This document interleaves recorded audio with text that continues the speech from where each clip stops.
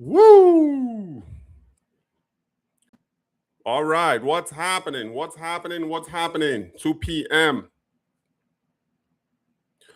Sorry, I am broadcasting this a little later than I would normally like to broadcast. Normally, my schedule is 12 p.m. That's when I try to put out this lives, like 12 p.m. Pacific Standard Time, 3 p.m. New York, 2 p.m. Central Standard Time for those watching from Texas, and 9 p.m. in Nigeria. But I had a consulting session today, and that is why I pushed this video or this live session to 2 p.m. But we are back tomorrow at the same time, 12 p.m. Pacific Standard Time. And tomorrow I'm going to be talking a little bit more about a personal experience. You see, tomorrow's podcast is not going to be for everybody. And the title of tomorrow's podcast is My Nigerian Dad Died in the USA. And I'm going to tell you guys how I transported and buried him in the village in Nigeria. So it's a personal one. I hope that most of you wouldn't have to go through that. But in my own case, my father passed away in the US. And I'm going to share that experience with you guys. So just make sure you tune in tomorrow at 12 p.m. You don't want to miss that. It's an uncomfortable thing to talk about, but it's always been on my mind. And I just kind of wanted to put it out there into the world. Maybe it'll help someone or two. You just never know. But it's something that we're all going to have to face at one point. And I did it. I pulled it off 5 years ago during the pandemic at that. So on Friday, December 19th, we all saw the knockout.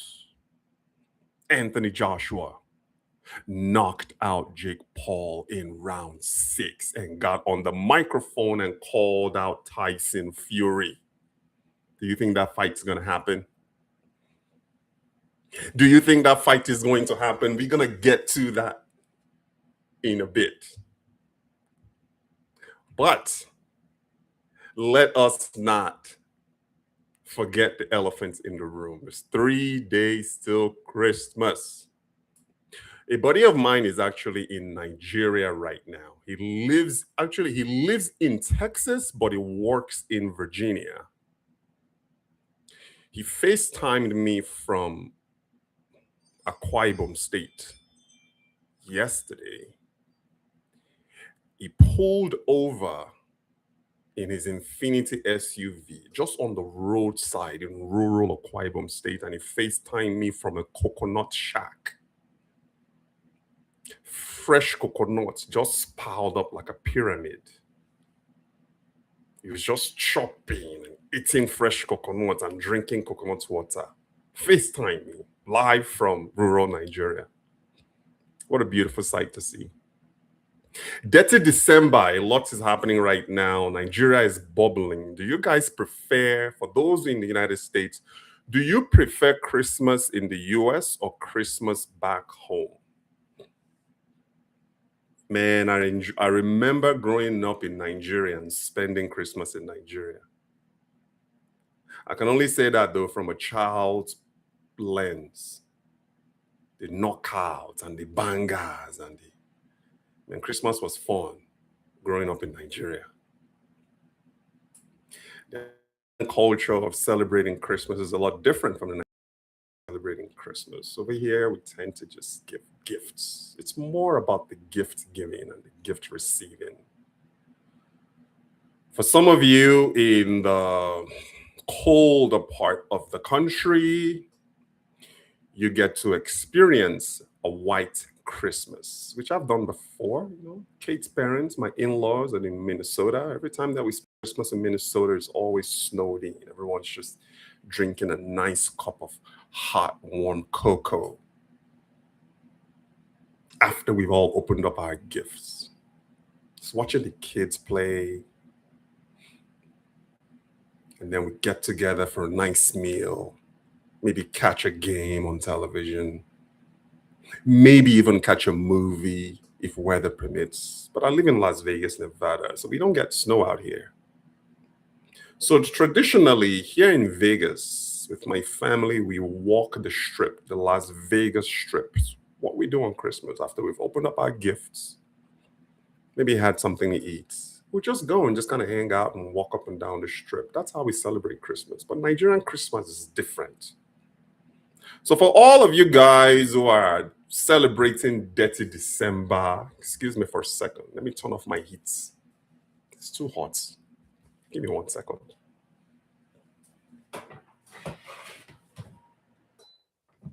That's better. So I wish you all a very wonderful upcoming. Celebrate with love, celebrate with drink responsibly. Enjoy Dirty December responsibly. I haven't had, it's been a while since I traveled home for Christmas. These days, at least for the past 5 years that I reconnected back home, prior to that, I was gone for 16. My trips are generally business trips. So while you guys are celebrating Dirty December, when you are coming back from Dirty December, is actually when I'm going to Nigeria. I want to start off the 2026. I start off every year with a business trip to Nigeria. So I'm looking forward to my upcoming trip. So enjoy responsibly, drink responsibly, be safe. I put out video this morning about security alert. I encourage you to watch that video. It's about 60 minutes long. Just giving you guys some travel security tips while you're on ground in Nigeria. Nigeria is fun. Enjoy yourself. Take care of yourself and take care of each other. Like I said, 3 days till Christmas. I have one more gift left. After this live session, I'm actually going to go out and get it. I'm going to Tiffany's to get Kate her final gift for this year. I want to get her a nice Tiffany's perfume. That's what I want to get her. And if you are watching this, a guy, and you are stuck, you just don't know what to get your significant other, maybe you don't know what to get your girlfriend, or maybe even your wife, you can't go wrong with Tiffany's. Just walk into Tiffany's. The price range there of what they have, a sweet spot for me is around $150. What I'm going to get her is a nice Tiffany's perfume. She's been wearing Tiffany's now for like 3 years. Prior to that, it was Chanel.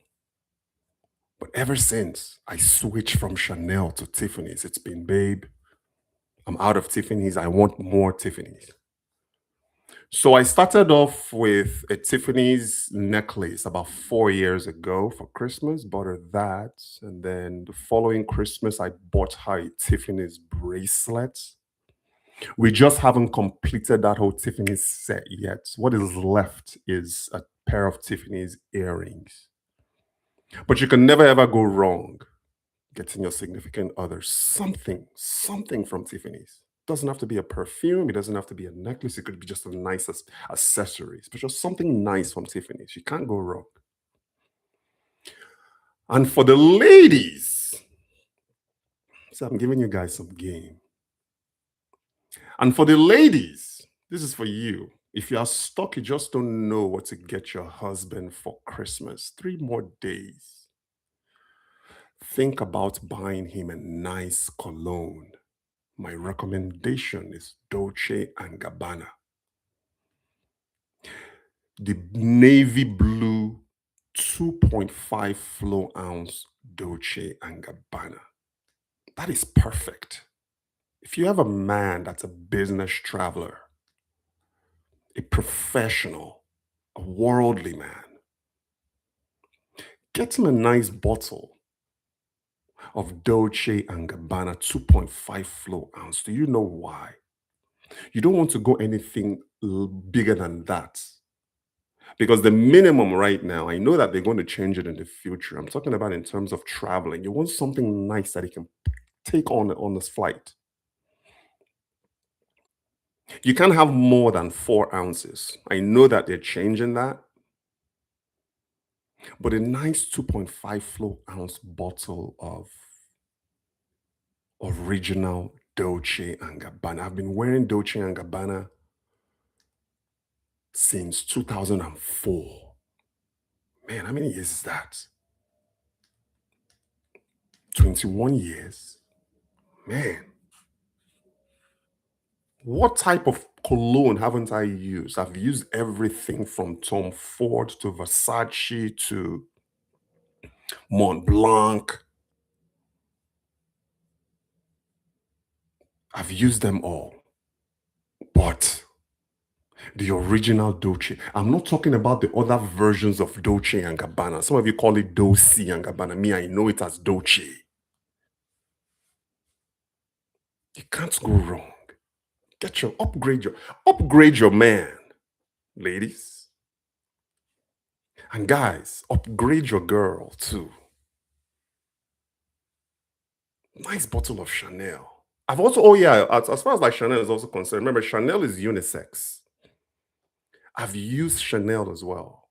But my pheromone, for some reason, just just links directly with that blue, navy blue, velvet, original Dolce and Gabbana cologne. I remember there was a time when I was in Los Angeles, used to live in LA. I went to some party. I walked into that party. There must have been, golly, how many people? Somebody just said, "Hey, who's wearing Dolce?" I just, not me. It's something about it. How much is a bottle of 2.4 ounce, 2.5 ounce Dolce? It's probably maybe about, it's gone up a bit though. I think right now it's about $85. And then a bottle of Chanel, not Chanel, a bottle of, what do you call it? The Tiffany is around 125, $150. If you're considering something nice that your man or your woman is going to appreciate. Those are my recommendations for you for this Christmas. Something nice and simple. It's not going to break the bank. And as far as our girls go, we did something that we haven't done before.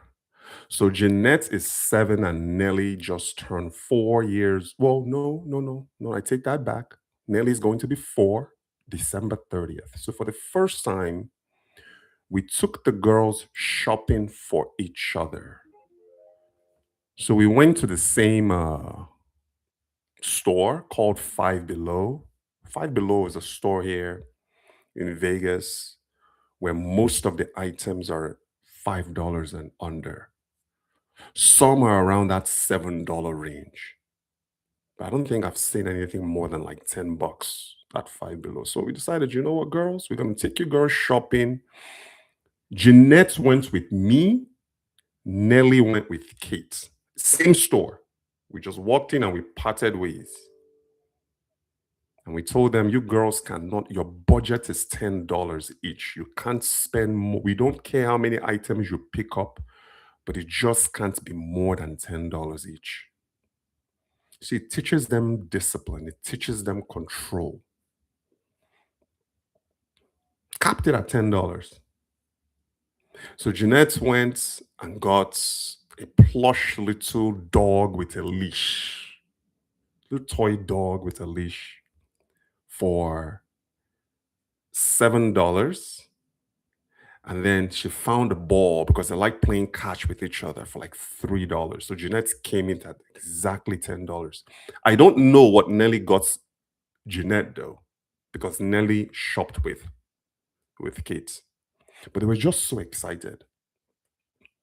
So they're at that age now where they know, our girls, they sleep together. We have a 3 bedroom property here in Las Vegas. So obviously My wife and I share the master room, and then we have a room that the girls share. They've been sleeping with each other now, living together now in the same room on the same bed now for 2.5 years. And then the other room is their toy room, which eventually, once they grow older and they no longer want to sleep in the same room, then Nelly is going to move out or Jeanette is going to move out. Jeanette is the oldest. So she gets to pick which room she wants. But they play together, they share the same bed, they do everything together, they try and match as much as they can. So it was nice to kind of watch them shop for each other. So maybe that's something you should consider if you have daughters or even children are the same age as ours, 4 and 7. It was super fun. It was a nice experience. And then after that, we went for breakfast. We went and got some nice breakfast at an omelet house. The place is called the Omelet House here in Old Henderson, Las Vegas. If you ever visit Vegas, consider looking to dining at the Omelet House. It's not too far from where we live. So that's it. That's Christmas, man. 3 more days. Nothing special. We wrapped some gifts. Christmas lights are up. Christmas trees are up. Everything is good. Life is good. Just looking forward to Christmas. Then after that is New Year's and then Nelly's birthday. And then boom, it's 2026, just like that.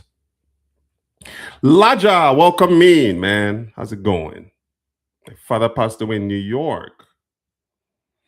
He requested he be buried in New York. Whoa, interesting.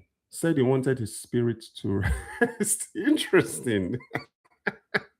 You see, Laja, my dad did not request anything. I mean, the guy passed away suddenly in San Antonio, Texas. But anyway, I'll share it in tomorrow's podcast on the whole how the whole thing went down. I'm gonna break it down to you guys from the start to the finish. So get ready for tomorrow's podcast. As a boxing fan, it's sad watching the boxing greats fighting YouTubers. Maybe we should get into that right now. But before, I want to say one thing. Oh, yes, Laja, don't worry, I'm going to get to you. But another thing that happened this weekend, I went and saw Avatar, Fire and Ash on Saturday. I went to the 4:45 p.m. show. That movie lasted 3 hours and 15 minutes. I went to the bathroom twice. First time I've ever done that in a movie. Man, I'm not going to spoil. I don't want to give anybody any spoilers in case you guys still haven't watched it or you're planning on watching it. I mean, it's generated what, as of today, $350 million global at the box office. It's already made its production budget back in just one weekend globally. It still hasn't made its marketing dollars back because generally in the film industry, half, so that 350 production budget is just to make the film. Then they almost always spend the exact amount in marketing. So you're looking at a total of about $750 million to produce and to market Avatar, Fire and Ash. So is the movie going to turn a profit? Obviously, it's going to turn a profit. If you look at the other two, uh, I think it's like $2.5 billion or 2.8 combined. So Fire and Ash at the end of the day, before it leaves the theaters, is probably going to be around, I wouldn't say before it leaves the theater, I would say overall, total. Expect Fire and Ash to generate at least $1.5 billion. So you're looking at a net profit of about $750 million. So it's a good payday. Good payday for 20th Century Fox and James Cameron. But here is my review, my honest review. Obviously, nobody can deny the groundbreaking originality of the first Avatar 16 years ago. I saw that in Los Angeles. Groundbreaking. It's currently the number one box office wise, the number one movie in the world. I'm talking about the original Avatar. But my thing is this. I mean, this new one, they introduced a whole new set of characters. They can literally go anywhere they want to go, story wise, in the Avatar world, in the Navi universe. But I'm starting to think that the storyline is getting watered down. And it seems as if they are introducing new characters and stretching out the plot lines to be able to take this sort of movie anywhere they want to take it. Am I still going to watch future Avatar movies? Of course I am. But I am not as excited as I was about the Avatar franchise ever since the first one. I saw the second one, I saw Avatar 2, but I walked away. You see, like I told you guys last week, I'm just going to see the spectacle. You see, these new Avatar movies now, this subsequent, I will call them episodes because it's episodic cinema, is what it is. They just can't do one anymore these days, guys. Especially with a movie that has made a franchise that has made 2 point something billion dollars going on three. You know they are going to milk the bejesus out of it. It's starting to feel to me as if it's going the route of the Fast and Furious movies. I think Fast and Furious 11 is coming up, or is it 10 that's coming up? That's the direction. I don't watch Fast and Furious movies anymore. I don't watch it for the excitement anymore. Now I watch it simply to see where they're gonna go with it. I don't care. It's a popcorn movie. Go in there and grab a bottle of a box of popcorn, a bowl of popcorn, or what have you, and then I get my little beer. That's what I did with this Avatar. Got a 32-ounce cup of Blue Moon cold chilled beer and a medium-sized popcorn. You see, Kate did not want to see it. She doesn't like the Avatar movies. I don't even think she's seen the first one. But I went solo, went by myself. How much did I pay for the entire experience? The movie was $15.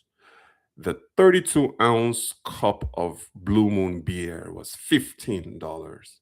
And the medium size popcorn was $15. So by myself, it's like $45 just to sit there and watch a 3-hour movie.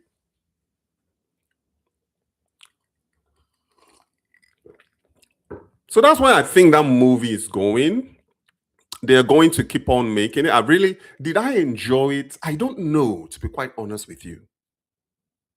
It's not something that I'm going to tell you, drop everything that you're doing and go and see Avatar Fire and Ash.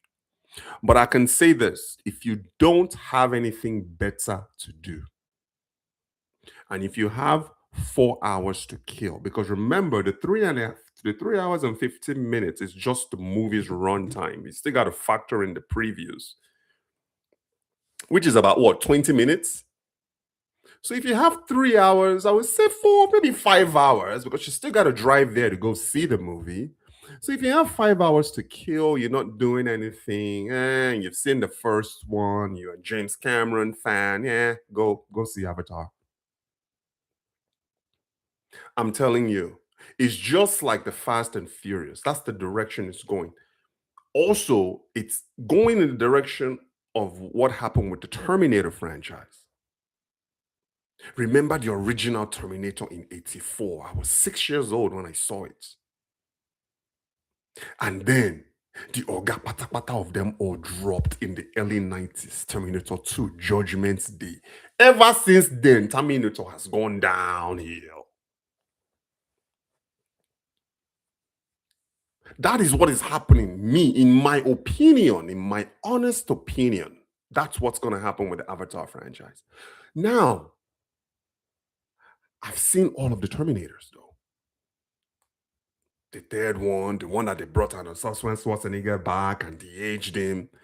I saw that simply out of nostalgia. It's not as if it's going to bring me back to what I felt when I saw T2 Judgment Day. My God, what a movie. Every scene in T2 Judgment Day led to another scene and another scene and another scene and built up to the climax.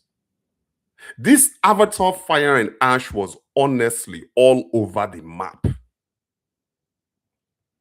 I'm not gonna lie, some scenes I slept and then I woke up and then I slept again and then I woke up and then I slept again.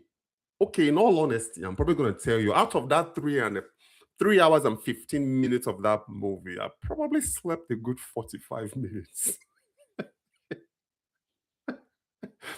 Part of it was probably due to the popcorn, because popcorn puts you to sleep. Maybe. But I'm gonna wait to rewatch it again when it drops on in the streamers, guys. I'm not gonna go back and watch it, spend $45 to watch it again. I'm not gonna do that.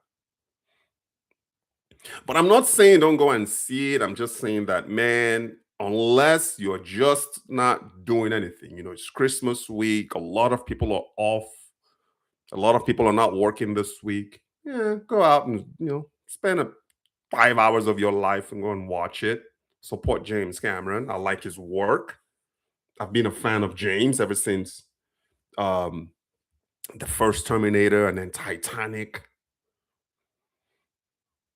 I don't usually get excited about movies like that anymore, though. I don't know why. Maybe it's just because of all of the options that are available on the streaming platforms now. Just so many options, from live sports to television shows to movies to episodic programming like Landman. So I don't really get excited about movies anymore. But here's one movie that's coming out though in the summer that I'm looking forward to is The Odyssey, directed by the renowned Christopher Nolan. I saw the trailer today, it dropped today with Matt Damon. Again, I don't know if Matt Damon was the right guy for the lead role though. I just can't. There's a little bit of a nostalgia with Odyssey. It kind of reminds me of of Gladiator with Russell Crowe. That Ridley Scott movie. So I can't really see. Anyway, I don't really see this guy Matt Damon in that role though.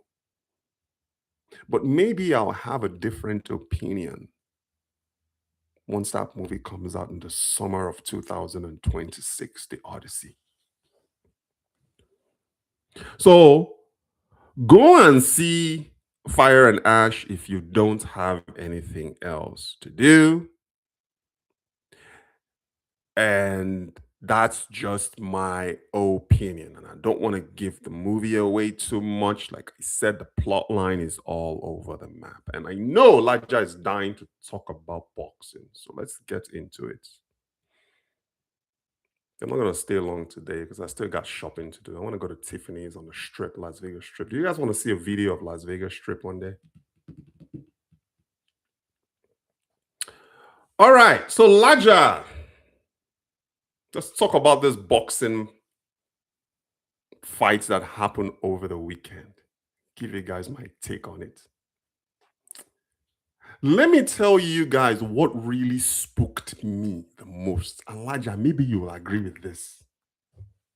Before we dissect, I'm telling you, this was the first thing that spooked me the most was when they announced the fighters and then they rang the bell on the first round. Honestly, I have a nice big 75-inch screen HD TV. It felt as if I was watching a video game. I mean, the size of Joshua compared to Jake Paul. And when Joshua advanced, if you guys go back and watch that first round, when they rang that bell and then Joshua took a couple of steps forward, did it not feel like a video game? And Jake just backed up and ran away. That was the only part of it that spooked me. And as soon as I got away from that, as soon as that kind of just disappeared, I'm like, okay, now we got to fight. But I want to talk about Jake. At the end of the day, guys, Jake is a business. He's a good businessman. We can't take that away from him. It's kind of almost like the modern day. Is he a better businessman than Floyd Mayweather? Let's not look at the boxing aspect of it. Let's look at the business of boxing aspect. These two guys are projected to make, oh, they're going to split it. I heard that the split was 50-50, anywhere between 165 million to 260 something million-dollar payday. I don't foresee either of them walking away with anything less than $100 million. People are projecting $92 million each. And that is just the purse. We're not talking about endorsements. We're not talking about advertising. We're not talking about royalties. $92 million. Isn't that the most that Joshua has ever made? I know it's the most that Jake Paul has made. So the business of boxing, I know that people love to hate Jake Paul. But this guy has the blueprint. Now let's look at the technicalities of this fight. Paul weighed in at Paul is 6'1", he weighed in at 6'1", 216. Probably walked in on fight night. Because, they have to go and rehydrate and beef up. So he probably walked in there on fight night at maybe 230. And then Joshua weighed in at what? 243. And probably walked in. You see, the Joshua the day before is not the Joshua you saw on fight night. Fight night Joshua probably walked in there at what? Maybe 260. So you have that 30-pound disadvantage for Jake. Jake Paul didn't have a reason to be in there. There's a reason why we have weight classes. You know what I'm saying?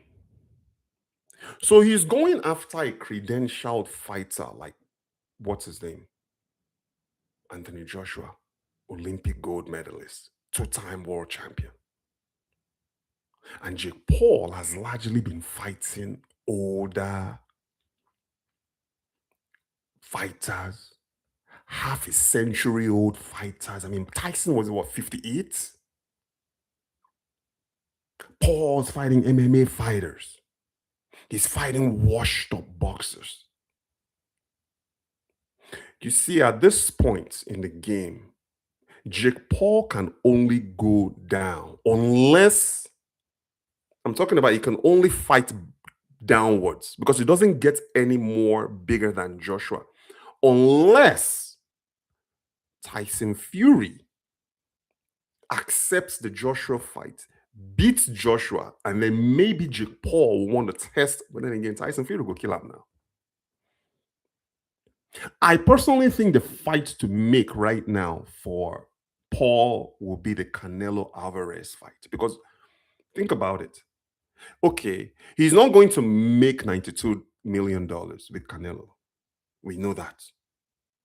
Maybe he does. Canelo is backed by oil money, that's Saudi money. But Canelo is also on his way out. He's aging. He said now they can be evenly matched. I want to see that Canelo Paul fight. But as far as this guy, Joshua, calling out Tyson Fury, personally, I think that's a big mistake. I think it's a big mistake because we know that Joshua doesn't have a chin. He gets rocked easily. He doesn't really have a good defense. He's been knocked out before. Heavyweight wise, Also, if you look at the last two fights, the one before Joshua Paul is Ngannou, right? An MMA fighter. So that one maybe didn't count. And then he lost to Usyk. So calling out Tyson Fury, when you are in the moment, you kind of get to, you're shining, you're on top of the world, you just made $92 billion. You actually knocked out, and we're gonna talk about that. But calling out Tyson Fury, do you guys think that's a mistake? Do you think that Joshua is up to the task? Do you think Joshua can beat Tyson Fury? So Laja said, as a boxing fan, it's sad watching the boxing greats fighting YouTubers. Look, at the end of the day, like Paul said, it was a money grab, Laja. It was a money grab. Any boxer in their right mind with that opportunity would have taken that fight. It's almost like it was free money. I know that Anthony Joshua did not underestimate Paul. By any means, he didn't underestimate him. But the opportunity fell on his lap. Just the same as the opportunity fell on Mike Tyson's lap. Did Tyson not make $45 million in that fight? So optically, guys, you can say doesn't really look good for boxing. But the result, though, the outcome, I felt saved boxing a bit. Because at Paul, I was worried at first, though, like this guy might just run the entire fight, drag it to 8 rounds, run, because that 8th round, if this guy would have made it to the 8th round, I'm telling you, if I were Paul, man, you ring that bell, I will run for 3 minutes. Then that would have been a moral victory for Jake Paul, and it would have put boxing in jeopardy. So how many rounds, guys, leading up to the knockout? I had it 5-1 Joshua.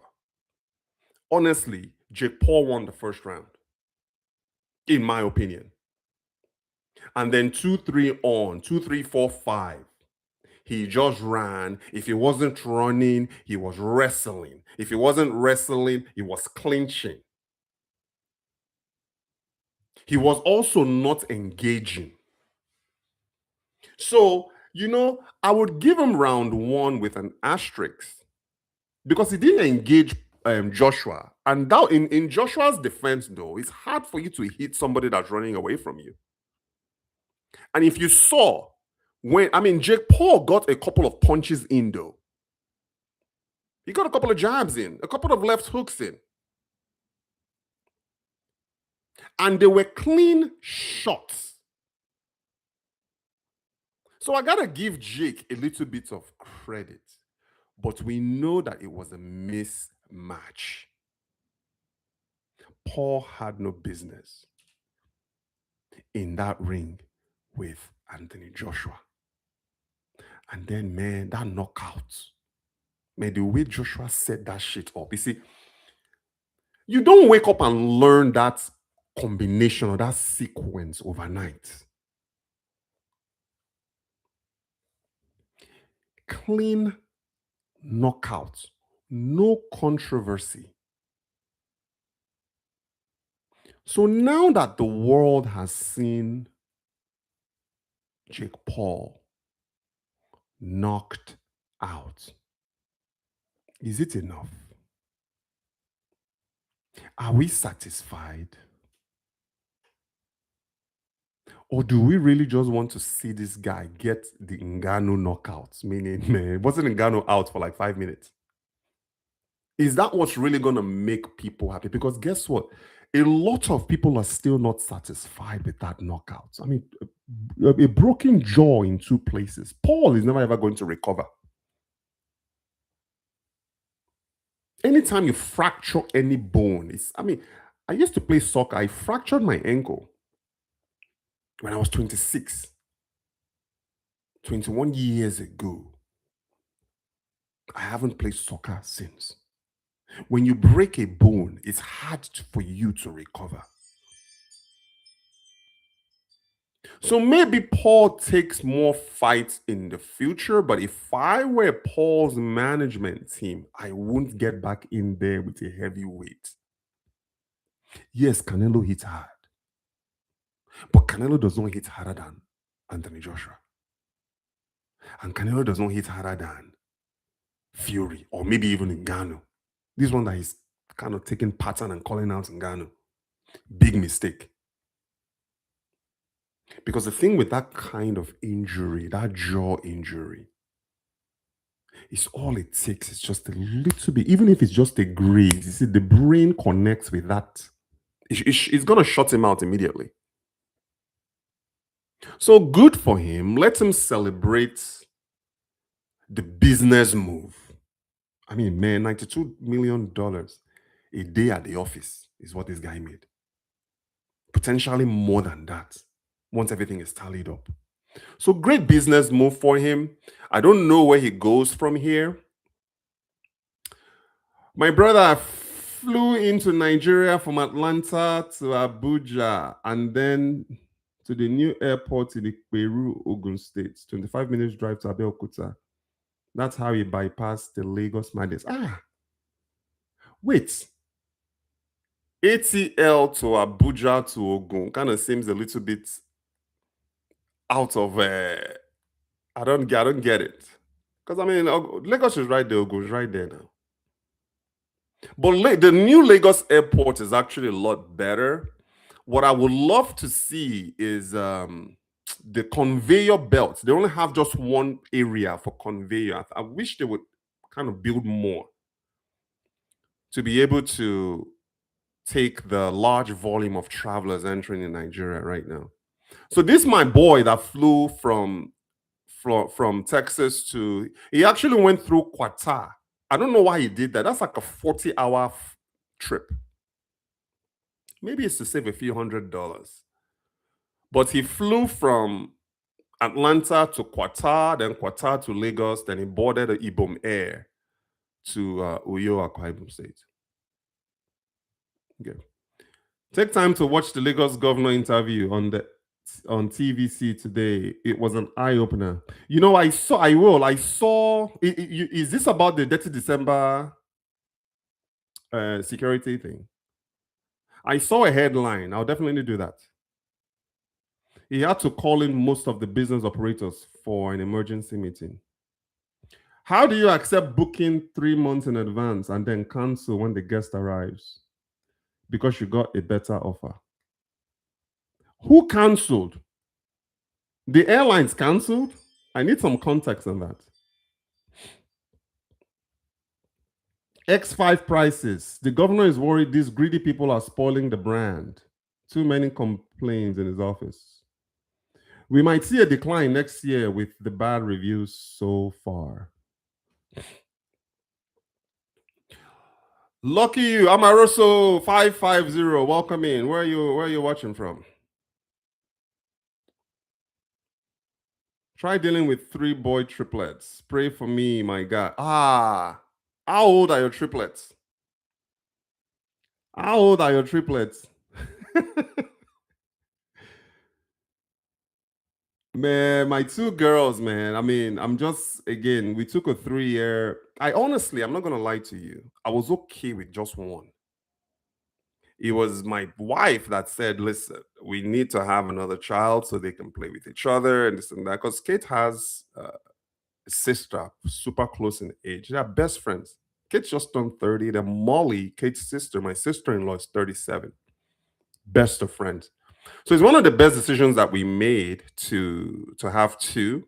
And then after that, it was a wrap. We are not having another one. We are not having more kids. We're done. We are done. Unlike the Matrix, Avatar is not memorable. There is no memorable line or quotes. You're right. To be honest with you, I don't remember much of Avatar 2. And Avatar 3, is also, I can't even tell you the story right now from start to finish. I can only pick moments. But Avatar 1, I can tell you from the beginning to the end the plot line of what happened on Avatar 1. It was the groundbreaking movie. But part 2, The Way of Water, I don't remember it. And also another thing, guys, if you're into in Avatar 3, this Avatar Fire and Ash, there really also wasn't a memorable fight sequence, action sequence in Avatar 3. Man, Avatar 1, that final fight when the Navis and then that girl, the girl that died in the helicopter crash when they were going against the sky people. That final battle in Avatar 1, epic. When Netiri came, man, that last arrow shot when she flew over after statement, she came out and just freaking arrowed the Quaritch. Memorable fight sequence. I don't remember any fight sequences in Avatar Way of Water. And this Avatar 3, zero memorable fight sequence. It was almost like they took some parts of 1 and 2, blended it to give us 3. So there really wasn't any particular memorable fight sequences in Avatar. And also the dialogue, you're right. I don't remember much of the dialogue in Avatar 2. Same. Avatar 3, the dialogue is also not there. The Matrix is groundbreaking. You can't, I mean, come on, man, that's a cult classic. It's like, okay, Avatar 1 is a cult classic. Avatar 2 and 3, no. Fast and Furious 1, cult classic. The other chapter of the Fast and Furious saga that I actually like was the 4th one when Vin Diesel came back. 2, forget him. 3, forget him. The 4th one when Vin Diesel came back. That was also that was a classic for me too. So I look at 1 and 4 in the Fast and Furious franchise and I'm done. I couldn't care less about the rest. Terminator franchise, 1 and 2, cult classics.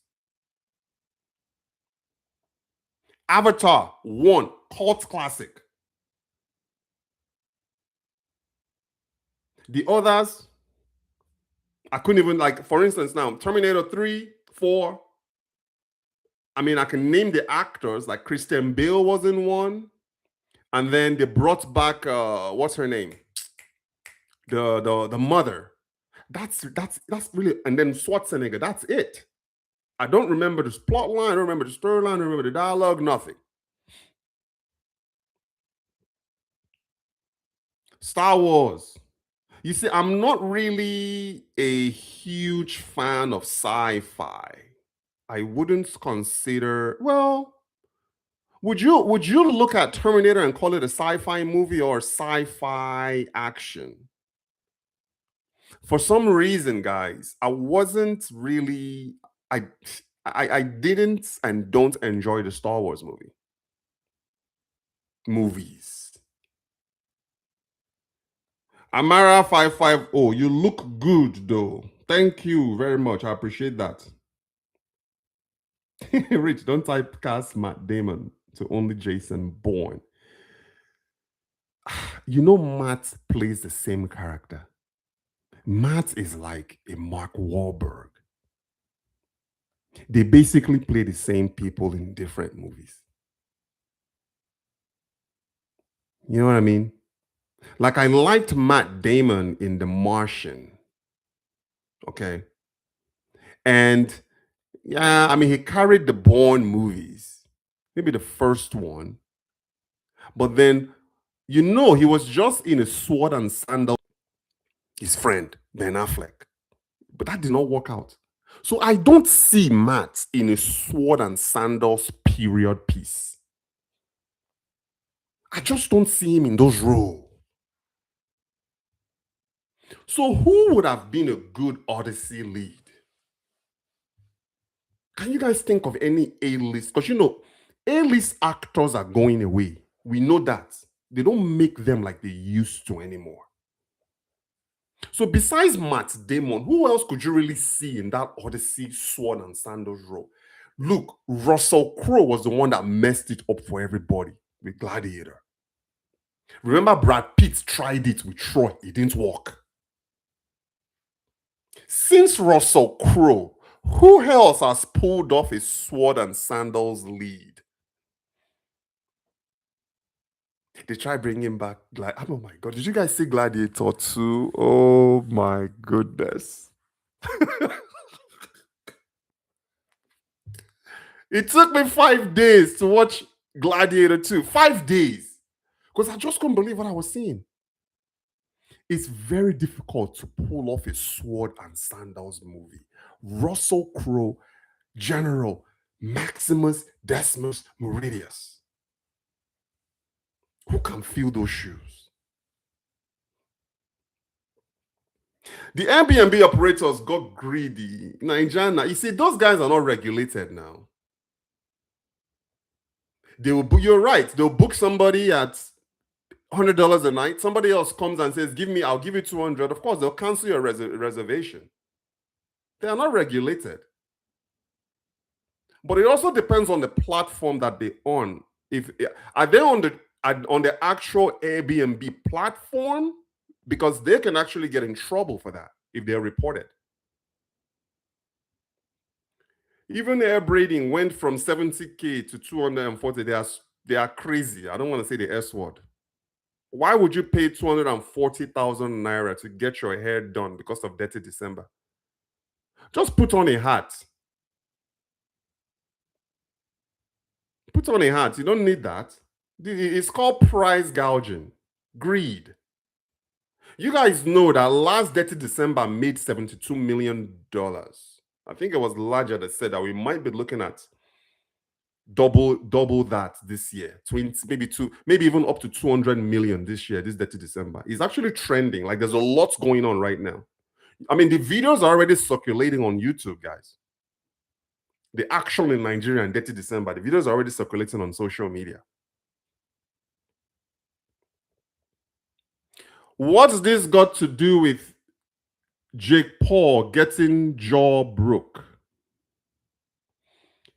Airline flights went from 103K to 400K. Lagos to Owerri is now 500K round trip. They are also out of their minds.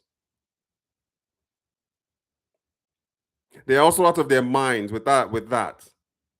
And the interesting thing is, that they're going to get that 500K. You see, that's why I don't travel during the festive periods in Nigeria. I just don't travel during the festive periods.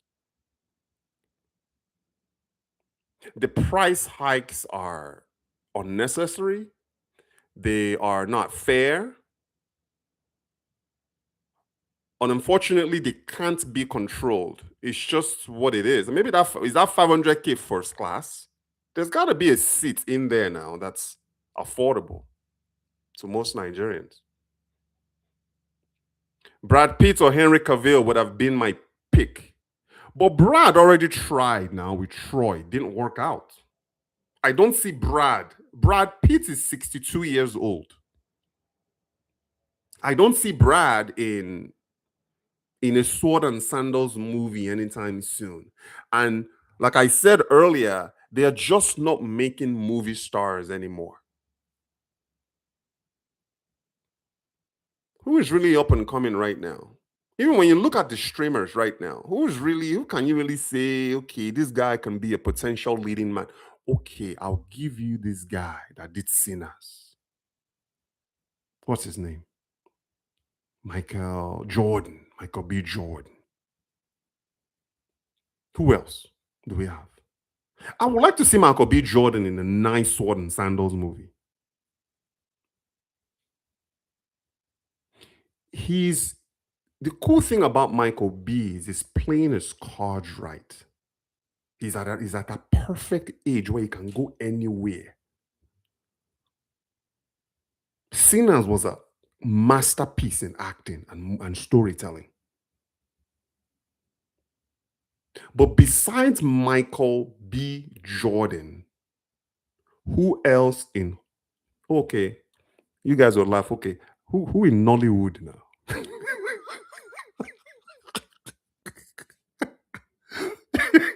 Is it Chikejiro? Since Hollywood doesn't have stars anymore, who can we pick in Nollywood to go to Hollywood and represent? Chikejiro.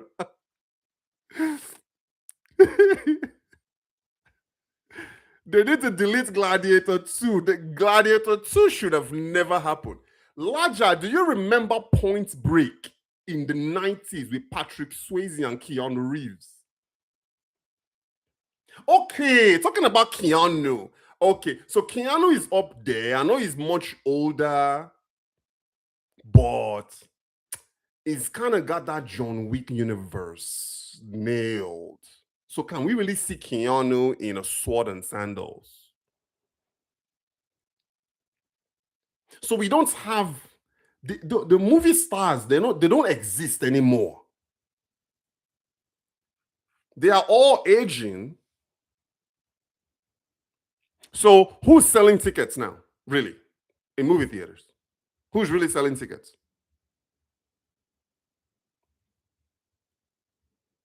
They're not. They're not. They're not around.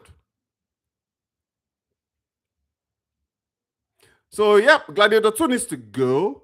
The IJB foreign returnees were complaining that why should they pay UK price in Nigeria? Some of them came home for that cheap braiding. Which one is IJB? What does IJB mean? Okay. I was in Nigeria in late September. Ikperu to Beju was 72K. Is that round trip or one way? It's got to be one way. You see, the cheapest guys that I've paid ever to flying from Uyo to Lagos was 45,000 naira one way. That was in 2020. Last year when I went home, I think I paid a total of 250K round trip. But now that they are charging 500K, so it's just ridiculous. What about that young Idris boy from the UK? Sword and Sanders. That guy is maybe a B minus actor at best. Maybe a B minor at best. I don't see him leading a movie. What's his name? Do you guys know? He's dating Steve Harvey's daughter. I don't know what his name is. But he's never been in a lead role. I don't see him carrying a movie of that scale. Yes, he was in in the Formula One movie with Brad Pitt, but that's just Brad Pitt's movie. Brad carried that. Idris Elba. Could I see Idris Elba in a sword and sand? Nah. I personally think Idris took his eyes off the ball because he had some momentum back. Remember when he started in that movie with Kate Winslet? That's when he crushed over. And then he started doing mixed martial arts and he started doing singing. I kind of felt I still like Idris Elba though, but I felt like he took his eyes off the ball. He could have been an action star. People are tired of Dwayne Johnson. He's too saturated as an actor. So I don't see Dwayne. I mean, he did put on a little bit of a costume in the Scorpion King series. So I don't see The Rock leading a Sword and Sandals franchise. I don't see him doing that. His last movie flopped. Shame on you making fun of Nollywood filmmaking. Maybe we should do a podcast on that. Because me, I don't understand that. I don't understand the dramatic acting, the overacting in Nollywood movies. I don't understand the angles. I don't understand the unnecessary shouting and screaming. I don't understand the deep baritone voices of the cool guys. I don't get it. I don't understand the editing in Nollywood movies. I don't understand the music score in Nollywood movies. I don't understand the marketing and advertising of Nollywood movies. I don't understand the plot lines of Nollywood movies. I don't understand the themes of Nollywood movies. I have never really enjoyed watching Nollywood movies other than Nkem Owo because he's a comedian. If I just want to laugh, and it's one of those things where I just have to stumble upon it, or maybe it's recommended on the YouTube searches or what have you, and occasionally I'll click on it and watch. But I don't remember the last time I actually sat and watched a Nollywood movie from start to finish. I don't understand the Nollywood industry. I don't get it. Now, back in the day, though, I did enjoy Nigerian TV shows, though. When I remember Magnates in the mid 90s, Magnates with Ramsey Noah and then Shegun Arize, Liz Benson, the daughter, Liz Benson's daughter, she's a nurse now in the United States. I forget her name, Regina Askia.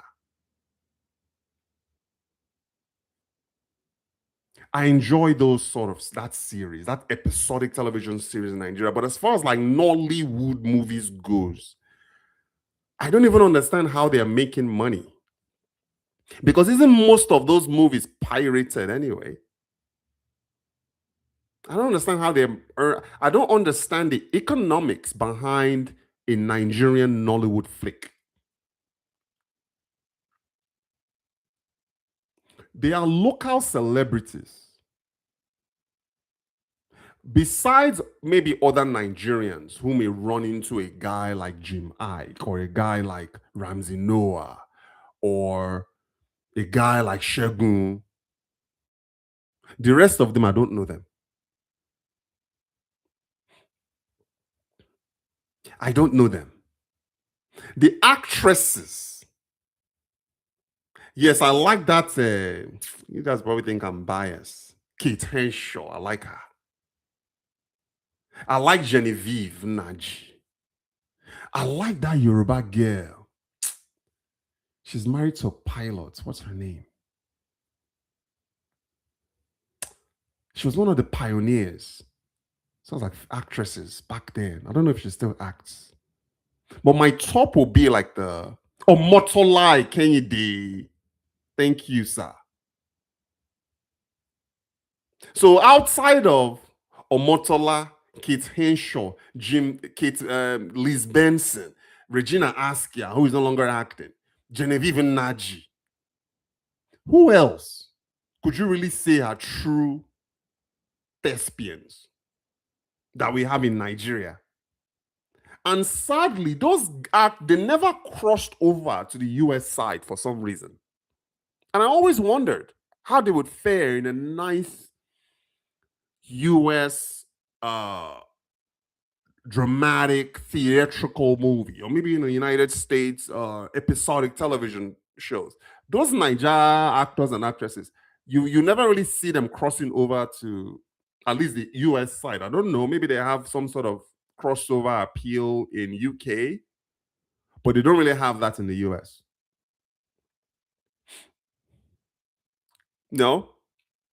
So Idris, even he said that's what I'm saying now with Idris now. Idris took his eye off the ball. He should have just focused when he had that momentum with the Kate Winslet movie. He should have just stayed on course and just start releasing movies. Idris has never really led, as Idris Alba led a movie, meaning he's the main lead. It sucks, man. You guys know this guy too, Jaimon Honsu from Benin Republic. Jaimon Honsu could have been our own Brad Pitt. But for some reason, the guy just didn't take off. Just relegated to supporting role, supporting role, supporting role. I know Idris is a leading man. People like him. Women love him. Men want to be him. But I don't see Idris Elba really leading a movie like that.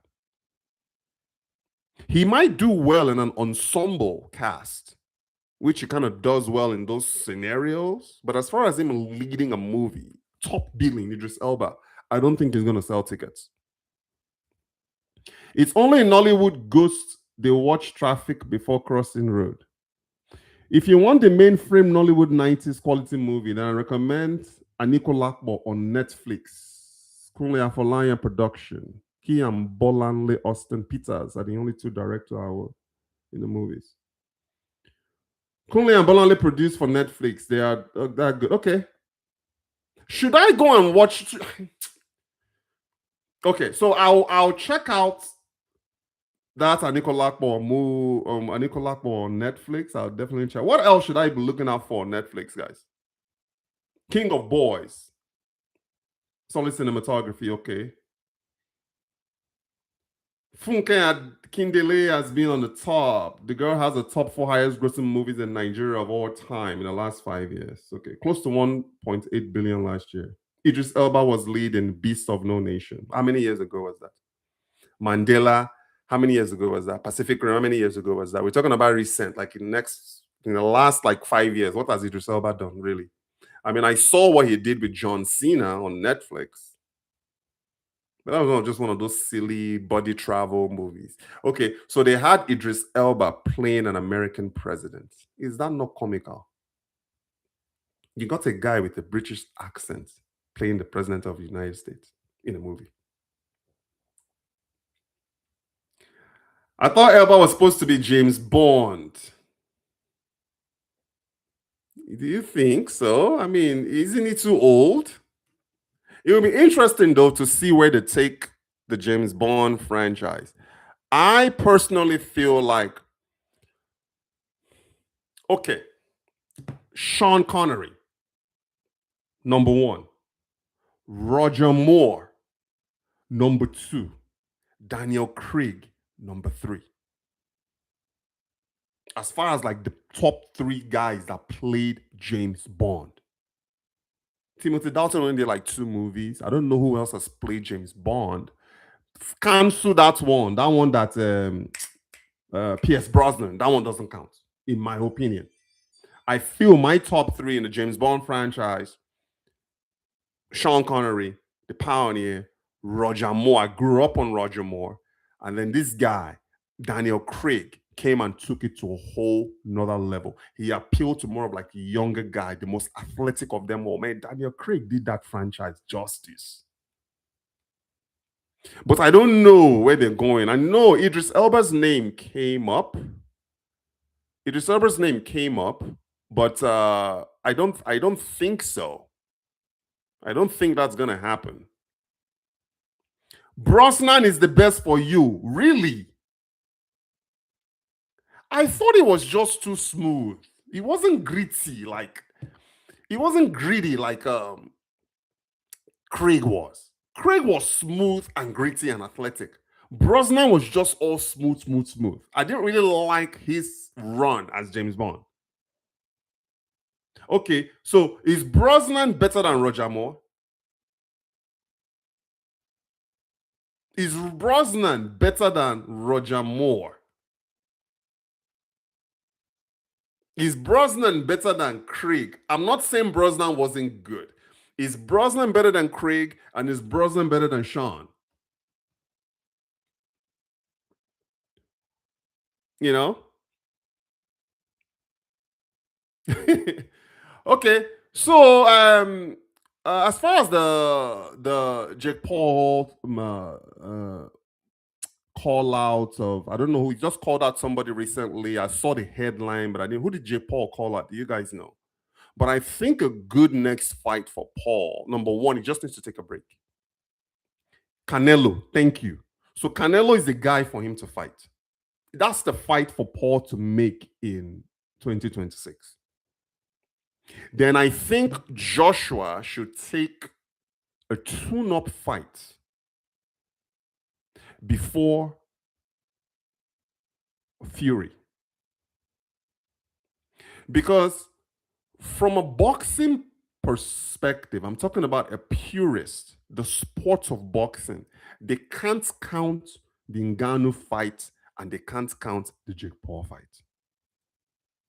And then prior to that, it took a loss. So putting him in there with Fury, with what happened with him and Usyk, I don't think that's a good move. Let him take a tune-up fight. Maybe in 2027, if he wins that tune-up fight in a decisive fashion, we can then see him with Tyson Fury. But I don't think Tyson Fury should be the fight to make for Anthony Joshua next.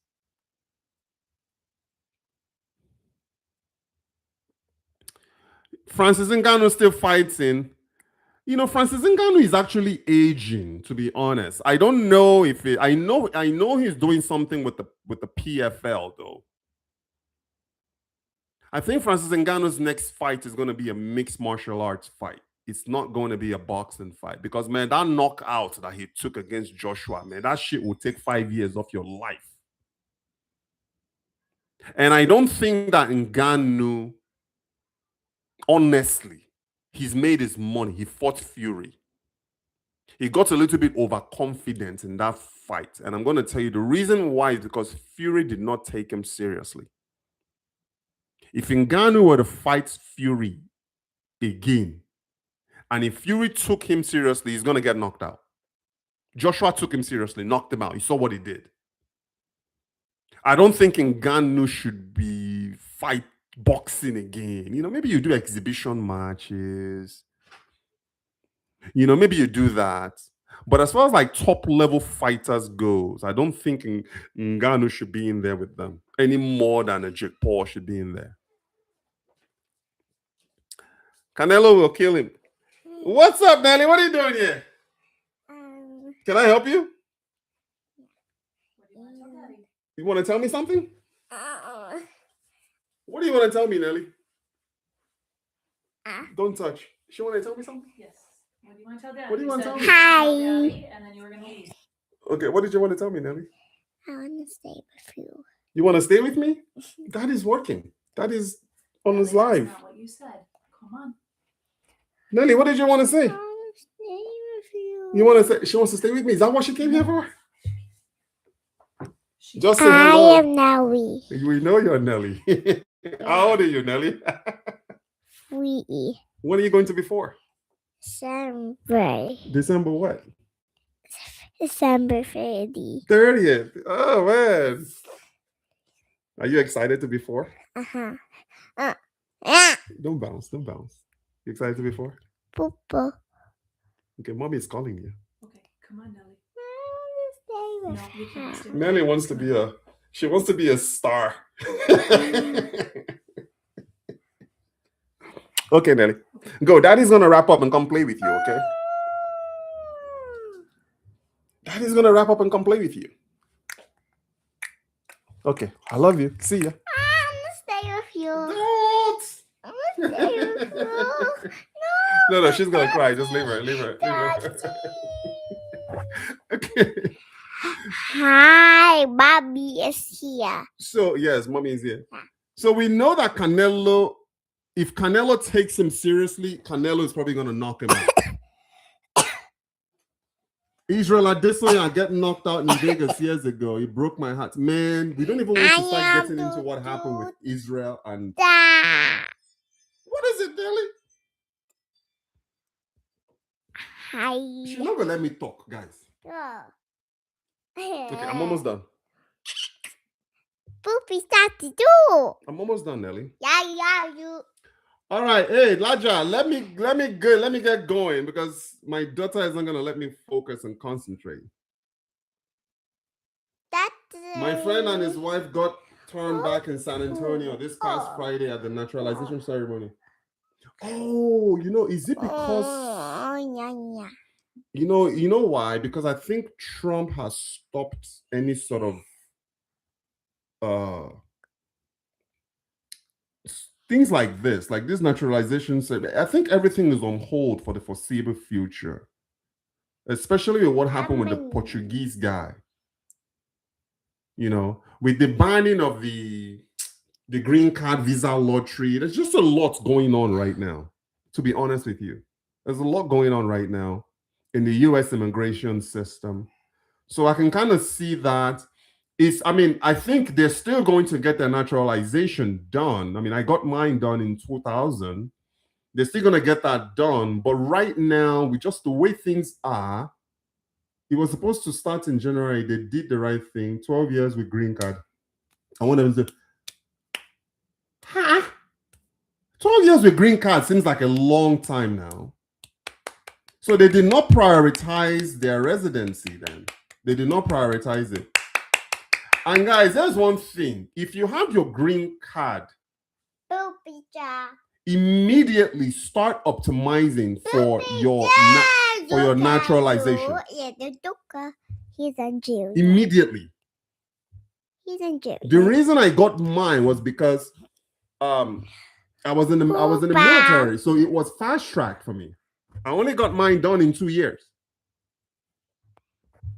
But ideally, 5 years with your green card and your residency for 5 years, they should have gotten their citizenship. This waiting and waiting and waiting is just, to me, that's irresponsible. Yeah. So I hope that they get their situation. Yeah. I hope that they get their situation resolved. Because he's going to Julian. Are you Nigerian? Yeah. Say, I'm a Nigerian girl. I'm a Nigerian girl. You like fufu? No, I said I'm a Nigerian. You like Gary? No, Nigerian. You like Gary, Nelly? I'm boy, she the chop swallow, don't be small. Dada. You like Gary? You ate Gary yesterday. We talked about soup, huh? I Now? know, and I'm pretty sure. We talked about soup, huh? Did you remember Jeanette was full up? Jeanette threw up because she was sick? Yeah, and I'm pretty sure she's sick again. She's not sick again. She's just not feeling well. But she only threw up yesterday. Don't touch the microphone, Nelly. She threw up yesterday. Because she was sick, that's why. I know, and she pretty sure you have to go to the dentist. So you have to go to the dentist? No, like tomorrow. Tomorrow? You girls are off But for the I next 2 remember weeks. yesterday, she was sick, so she had to go to the doctor tomorrow. But when she... What's your favorite color, Nelly? Green and red. Green. No, so The wife is pregnant and worried.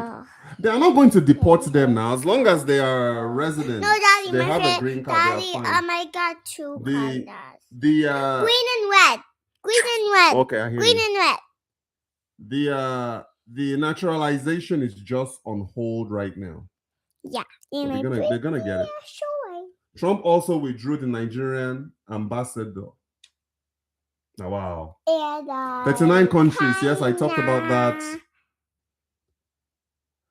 So yes, guys, I know that some people were asking about the DV visa lottery. Remember, Nigeria has been in. No, Nelly.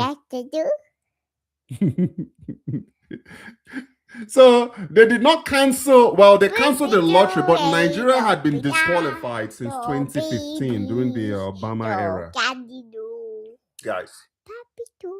Because we are only allotted at about 50,000, and we exhausted that fast. So Nigerians you can't apply for the visa lottery. The visa lottery is not open to Nigerians since 2015, 10 years ago, during the Obama.